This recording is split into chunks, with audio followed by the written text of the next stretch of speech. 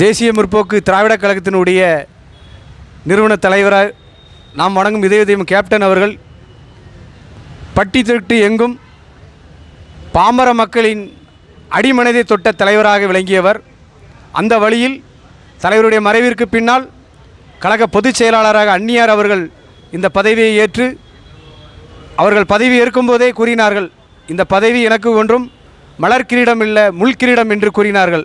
அந்த வகையில் முள் கிரீடத்தை தலையில் சுமர்ந்து ஒவ்வொரு தொண்டருடைய வேர்வையும் ஒருடைய உழைப்பையும் பேணி காற்று இன்று பொதுச் செயலாளராக திகழ்ந்து எங்களுடைய வழி நடத்தி வருகிறார்கள்.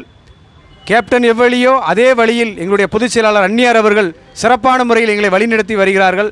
அவர்களுக்கு பின்னால் இருந்து நாங்கள் என்றும் இந்த இயக்கத்திற்காக பாடுபடுவோம் என திருநெல்வேலி புறநகர் மாவட்ட கழகத்தின் சார்பில் தெரிவித்துக் கொள்கின்றேன். தலைவருடைய புதல்வர் இன்று இளைஞர்களின் எழுச்சி நாயகனாக திகழ்ந்து வரும் திரு விஜயபிரபாகரன் அவர்கள் நடைபெற்ற பாராளுமன்ற தேர்தலில் விருதுநகர் சட்டமன்ற பாராளுமன்ற தொகுதியிலே வெற்றி பெற்றவரை வீழ்த்தி ஆளுகின்ற ஆட்சியாளர்கள் சதியால் தோல்வியடைந்ததாக அறிவிக்கப்பட்டார். இருந்தாலும் மக்கள் மனதில்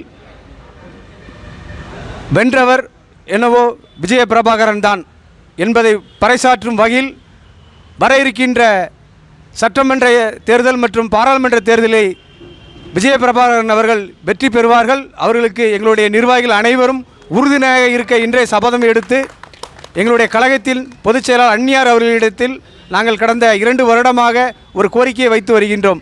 என்னவென்றால் விஜயபிரபாகரன் அவர்களுக்கு மாநில இளைஞரணி பதவியை வழங்க வேண்டும் என்பதை வலியுறுத்தி பல்வேறு கட்டத்தில் நாங்கள் பொதுக்கூட்டங்கள் மூலமாகவும் நடந்து முடிந்த மாவட்ட செயலாளர் கூட்டத்திலும் இதை வலியுறுத்தியுள்ளோம்.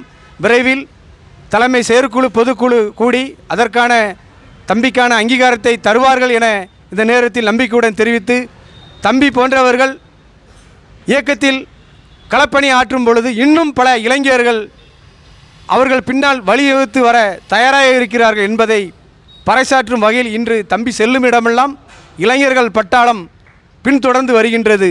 அந்த இளைஞர்கள் பட்டாளத்தை கொண்டு விரைவில் ஆட்சி அரையணையில் தம்பியும் கழக பொதுச் செயலாளர் அந்நியார் அவர்களும் அமர்த்தப்படுவார்கள். அதுவரை நாங்கள் ஓய மாட்டோம், உழைப்போம் என்று கூறி விடைபெறுகிறேன். நன்றி.